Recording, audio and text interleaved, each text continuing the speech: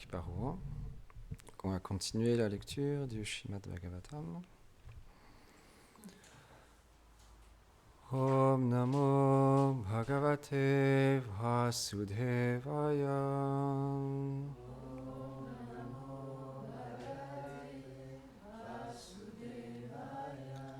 Om Namo Bhagavate Vasudevaya.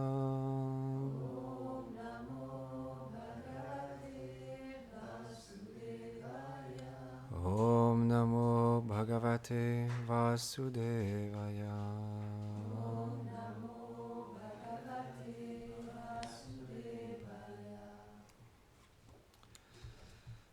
Donc on est au deuxième chant du Srimad Bhagavatam, chapitre 10, verset 18.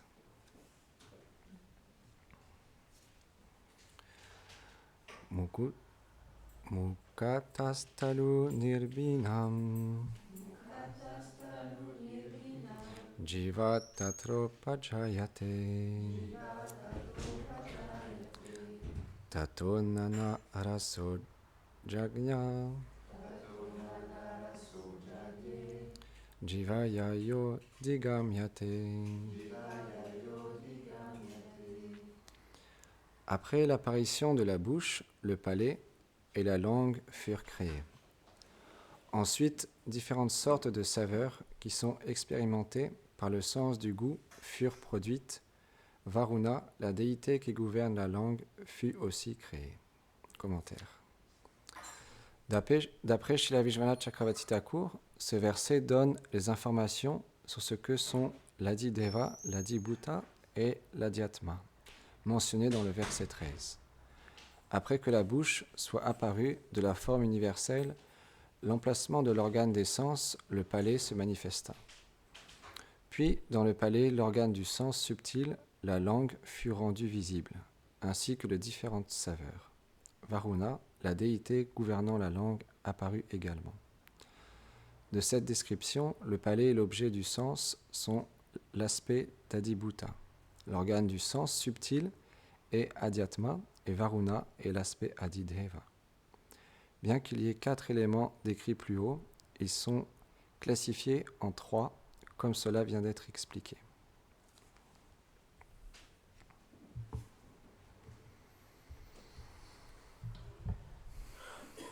Om Aganati Midandasya Ghananjaram Sharakaya Shakshur Militam Yena Tasmai Shigurave Namaha Namam Vishnu Padaya Krishna Preshtaya Bhutare Shrimati Bhaktivedanta Swami Nitinamine Namaste Sarasvati Deve Gauravani Pracharine Nirvishesha Shunyavadi Pashyatya Deshatarine Jai Shri Krishna Chaitanya Prabhu Nityananda Shri Advaita Gadadhar Shivasadi Gaur Bhaktavrinda Hare Krishna Krishna Krishna Hare Hare Hare Rama Rama Rama Hare Hare Vrindaye Tulasi Devyaye Priyaye Keshavasya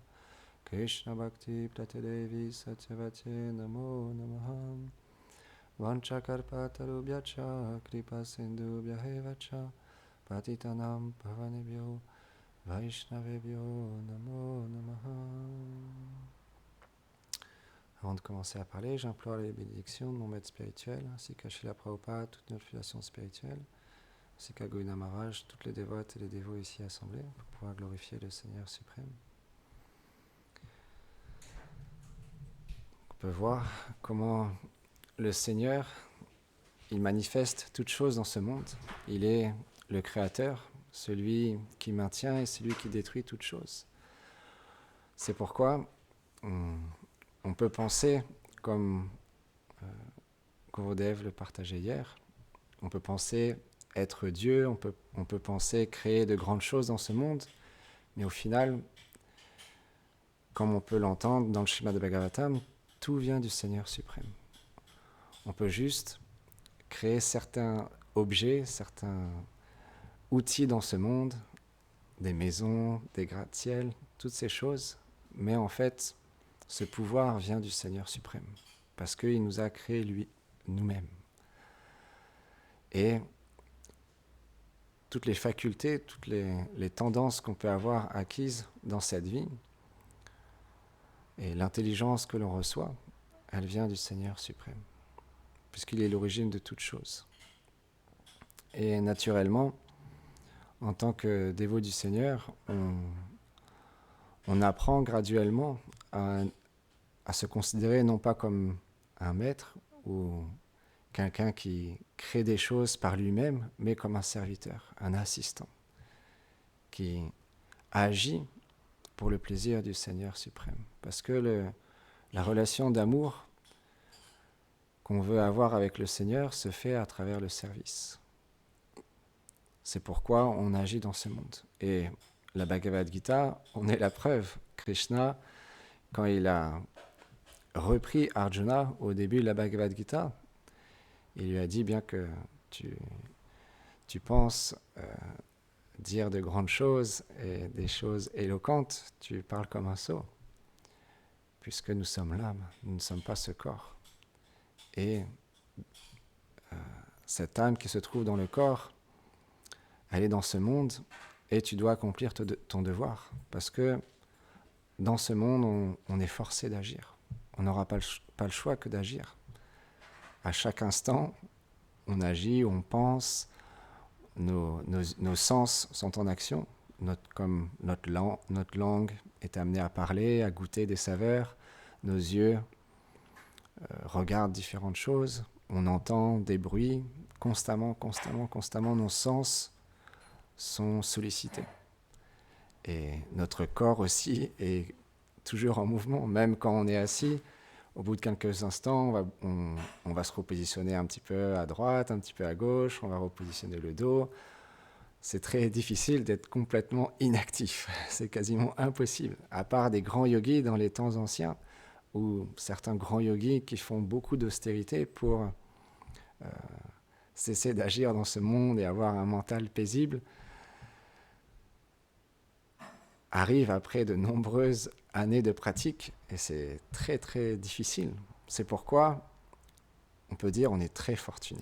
Parce que Krishna, dans la Bhagavad Gita, il nous a donné une méthode très facile pour pouvoir le servir, pour pouvoir créer une relation avec lui. Parce qu'Arjuna, lui qui était un grand guerrier, Krishna l'a engagé avec ses tendances. Il lui a dit, à la fin de la Bhagavad Gita, maintenant je t'ai expliqué toute la philosophie, à toi de choisir.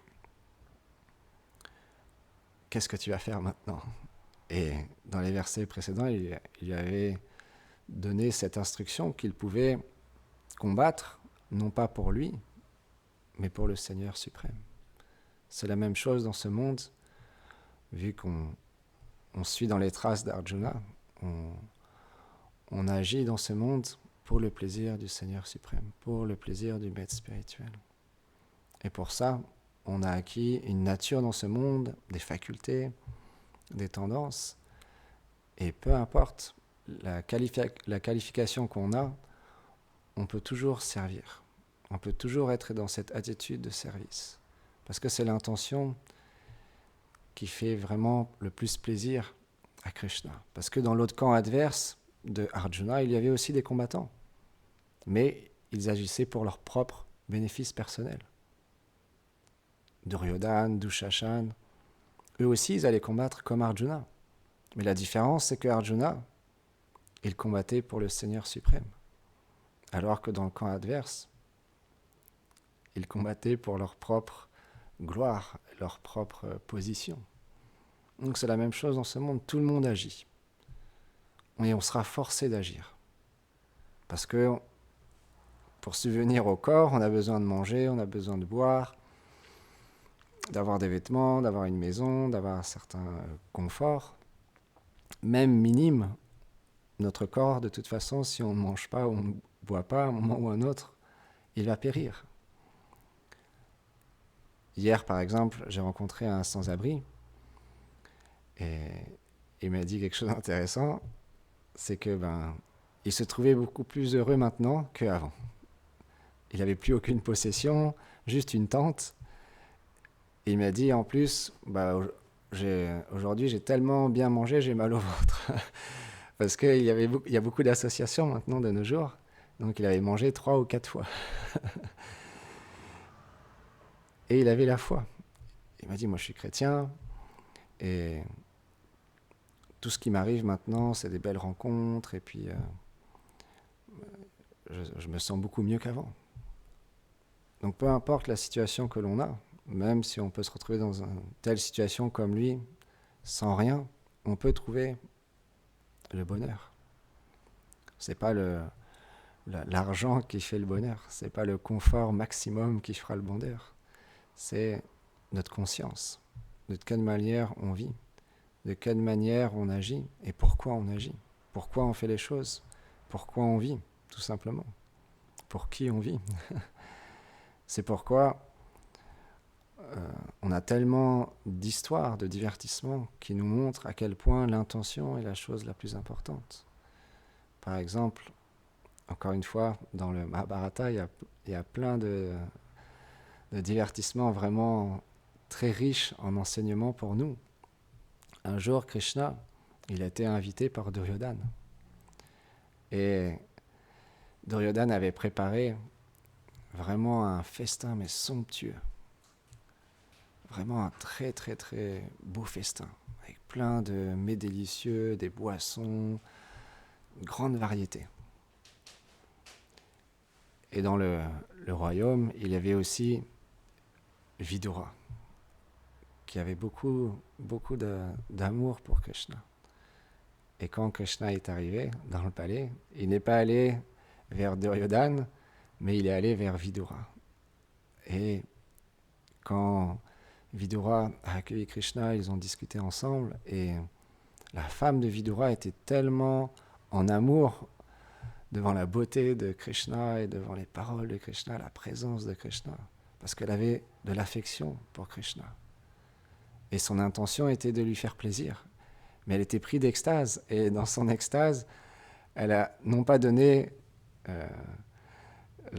une banane à Krishna, ou des mets succulents, elle a donné la peau de banane à Krishna.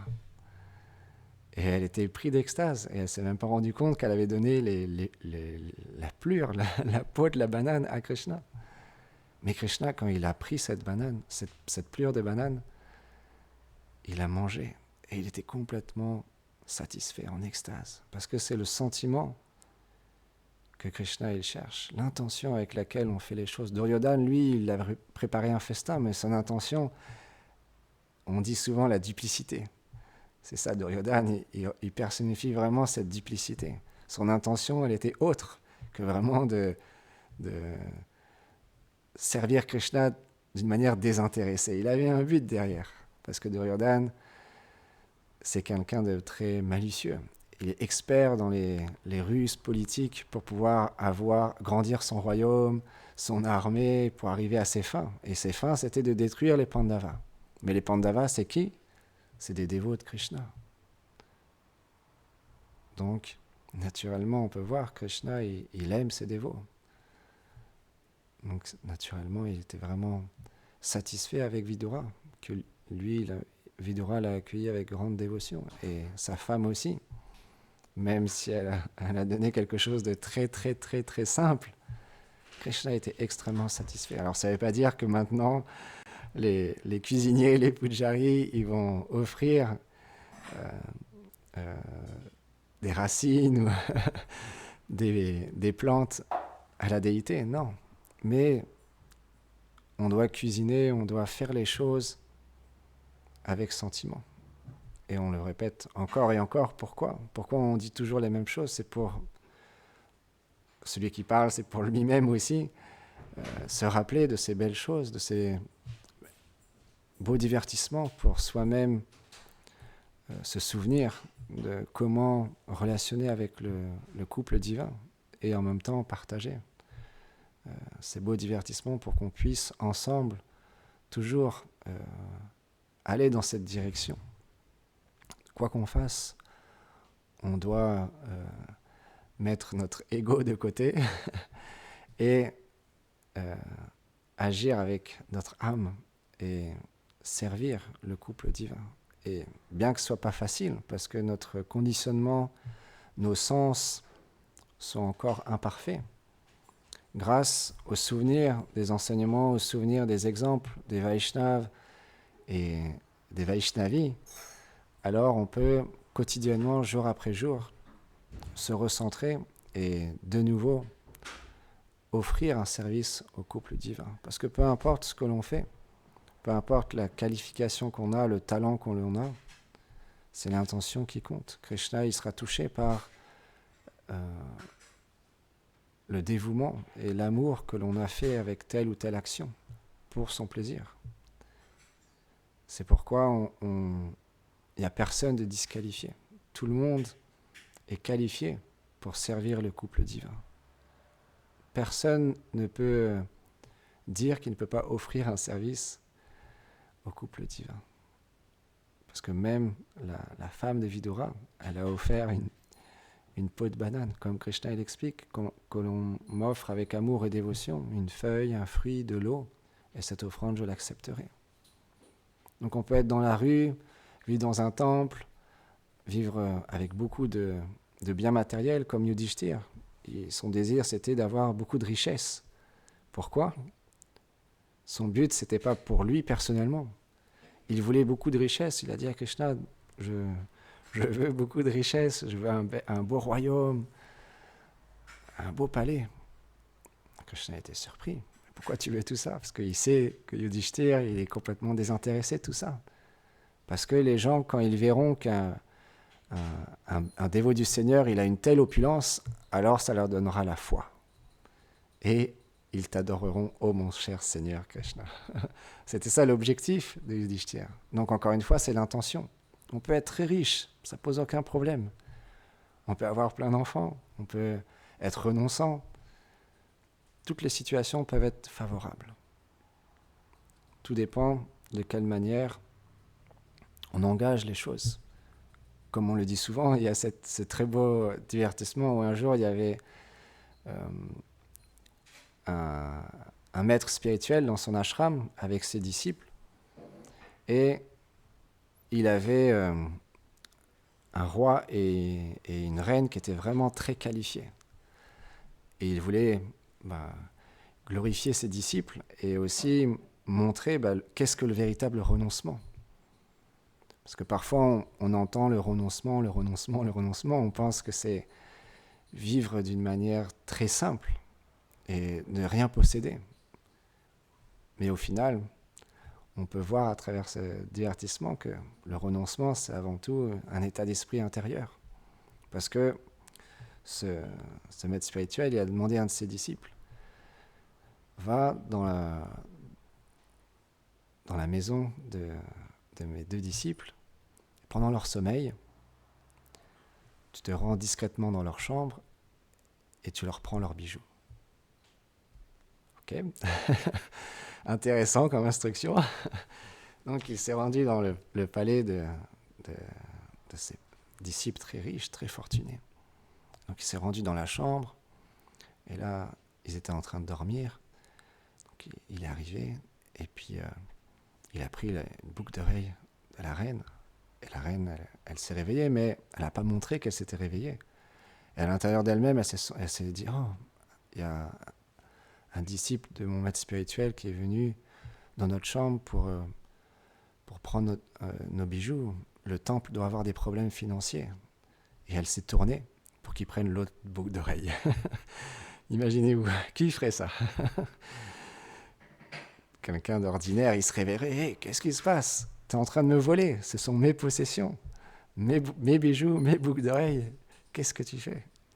Pour qui tu te prends? Pour venir me déranger à une telle heure? Attends, je vais appeler la police. Elle s'est tournée pour qu'ils prennent l'autre boucle d'oreille. C'est extraordinaire quand même. Les Vaishnavas, ils ont tellement d'abandon, de dévotion pour leur maître spirituel et pour le temple, la déité. Un tel renoncement. Et donc le disciple est revenu, il a donné les bijoux au maître spirituel, il a dit maintenant, va dans l'ashram et puis change parce que les renonçants, ils ont que quelques bouts de tissu à leur possession. Tu changes de place toute la chambre, tu mets les bouts de tissu à droite, à gauche, tu mets un petit peu le bazar à droite, à gauche.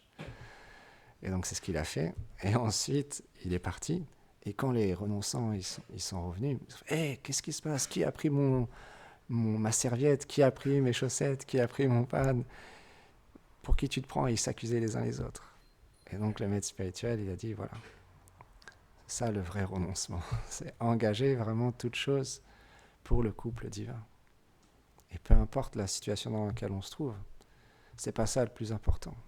Le plus important, c'est vraiment pourquoi on fait les choses et pour qui on fait les choses. Mais malheureusement, dans ce monde, on peut agir de tellement de manières et c'est pas forcément perceptible à tous les êtres de comprendre comment agit un Vaishnav. Quelle est l'intention d'un Vaishnav? C'est pourquoi tous les grands Vaishnavas nous expliquent qu'on doit faire attention de ne pas juger nos frères, nos sœurs, les Vaishnavas, parce que qui peut véritablement comprendre l'intention avec laquelle tel ou tel Vaishnava a fait telle ou telle chose? C'est très difficile. Donc on peut souvent se tromper, faire des erreurs. C'est pourquoi on doit avoir un travail d'introspection pour ne jamais causer de peine, de souffrance à autrui. Je lisais ce matin chez Bhaktivinoda Thakur, il dit cette chose-là. J'ai accompli tellement d'actes impies, j'ai fait tellement de mauvaises choses, je me réjouis du malheur des autres et je m'attriste du bonheur des autres. Et il dit comme ça, maintenant je souhaite prendre refuge de toi, que ma femme, mes enfants, ma maison, tout appartient. Je suis simplement que le serviteur de tes dévots. Et donc il prie comme ça, il nous montre l'attitude à avoir, de vraiment pouvoir offrir son respect aux autres sans désirer de respect pour nous-mêmes. Et un jour, j'ai entendu justement un Vaishnava, il partageait les mémoires ou une phrase que disait souvent Srila Bhakti Vedanta Vamana Goswami Maharaj, qui était un disciple de Srila Bhakti Pragan Keshav Goswami Maharaj, avec beaucoup d'humilité, et parce que quand il disait une telle chose, c'est un Vaishnava qui est extrêmement qualifié, mais il disait souvent, en fait, juste quand je pense au 3e verset du Shri Shastakam, Tilanadapi Sunichena, intérieurement, je me dis, c'est impossible pour moi. Je ne suis pas qualifié pour servir le couple divin. Tellement c'est élevé. C'est vrai que c'est élevé. C'est l'humilité, comme Gurudev l'expliquait l'autre jour, ça vient vraiment quand on réalise qui nous sommes. Donc c'est vraiment l'humilité, c'est quelque chose de très très élevé. Donc on aspire un jour à avoir un petit peu d'humilité, mais c'est très très très élevé. C'est pourquoi dans nos prières, on peut toujours simplement demander la miséricorde. C'est ça notre plus grande fortune, c'est de pouvoir prier pour obtenir la miséricorde. Parce que on peut vraiment, de cette manière-là, rester sous le refuge des Vaishnavas. Comme Srila Bhaktivinoda Thakur, il dit, peu importe que tu me laisses dans ce monde vie après vie et que je dois subir les réactions de mes actes, je l'accepte parce que j'ai fait tellement de choses abominables dans ce monde. Ça, l'humeur des Vaishnavas, c'est très profond. Peu importe, mais s'il te plaît, fais en sorte que je puisse rester en compagnie de tes dévots, qui te glorifient continuellement. Donc c'est pourquoi notre prière doit toujours d'obtenir la miséricorde des Vaishnavas, la miséricorde de notre filiation spirituelle, pour continuer à apprendre la science du service de dévotion et comment on peut graduellement progresser dans ce cheminement, parce que c'est quelque chose qui est graduel. Comme on l'entend souvent, on doit être patient, persévérant et enthousiaste. Et pour ça, on doit forcément s'inspirer les uns les autres, s'encourager les uns les autres, à continuer notre service, à trouver de l'enthousiasme dans le service que l'on fait. Et peu importe le service qu'on fait, on peut s'aider à trouver de l'enthousiasme dans ça, pour pouvoir approfondir notre lien d'amour avec le couple divin, pouvoir retrouver notre relation avec eux, qui nous sommes. Parce que tout le Srimad Bhagavatam, les textes saints, nous partagent justement à travers ces divertissements que nous ne sommes pas ce corps, nous sommes une âme spirituelle qui est pour l'instant dans un corps matériel. Et dans ce corps matériel, on a des sens imparfaits. Pour revenir au verset, est-ce que notre langue glorifie 24 heures sur 24 Krishna, ou est-ce que parfois elle dérape un peu, ou souvent nos sens sont imparfaits. Donc on doit être tolérant envers nous-mêmes, envers les autres, et comprendre qu'on est sur le chemin. Donc c'est normal que parfois nos sens, ils n'agissent pas d'une manière parfaite. Parce qu'on est dans un monde imparfait avec des sens imparfaits. Donc comment on peut s'attendre à agir parfaitement? C'est pas possible. Mais on doit essayer d'avoir toujours la meilleure intention. Et parfois, si on se trompe, on peut toujours se repentir, se rectifier et avancer de nouveau. Parce que l'erreur sera obligée dans ce monde. Qui n'a jamais fait d'erreur? Comme même Jésus lui-même a montré cet enseignement quand des personnes voulaient jeter des pierres pour quelqu'un qui avait commis l'adultère. Quand Jésus est arrivé, il voulait le tester. Qu'est-ce qu'il va faire? Quelle décision il va prendre? Et là, il a dit que celui qui n'a jamais péché jette la première pierre. C'est ça aussi, les enseignements des Vaishnavas, c'est la même chose. Qui véritablement peut penser ne pas avoir commis d'erreur dans cette vie et dans les vies précédentes. Au contraire, c'est très difficile parce que dans notre société, on a plutôt tendance à cacher ces choses-là et à faire paraître quelque chose. De toujours être le meilleur, de toujours être bien esthétiquement et puis socialement parlant avec tout le monde, et puis on veut surtout pas que les autres connaissent nos faiblesses ou nos difficultés, et on se préserve de vraiment bien les garder pour nous seulement. Et dans le Vaishnavisme, on découvre que c'est tout l'inverse. Parce que plus on se considère comme le plus bas, et plus on va goûter une vie intérieure. Plus on se considère vraiment comme quelqu'un qui n'a aucune qualité, qui n'a aucun amour pour le couple divin, et plus on va être proche du couple divin. C'est complètement une rééducation, parce que dans notre société, c'est pas ça qu'on nous enseigne. L'humilité et le fait de ne pas avoir honte de montrer nos faiblesses et nos défauts, c'est pas quelque chose qui est mis en avant, au contraire. C'est pourquoi ça peut prendre du temps, et c'est quelque chose qui est normal. Comme Gurudev l'expliquait, c'est à travers l'humilité qu'on peut approcher la connaissance, le service, et qu'on peut véritablement goûter à cette dévotion que l'on cherche, l'amour, comme Gurudev l'expliquait. C'est ça qu'on cherche. Tous les êtres cherchent l'amour, bien on pense le trouver à d'autres endroits que à travers notre relation avec le couple divin. C'est la chose que les êtres cherchent. C'est pourquoi, quand on rentre en contact de la connaissance transcendantale, graduellement on peut trouver cet amour que l'on cherche depuis tellement d'existences.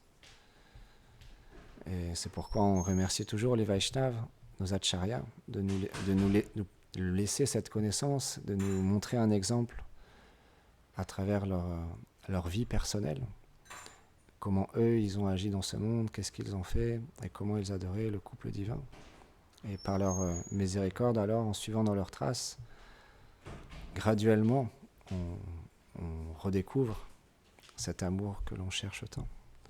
Jai Srimad Bhagavatam Ki Jai Gopa Premanande Haribo.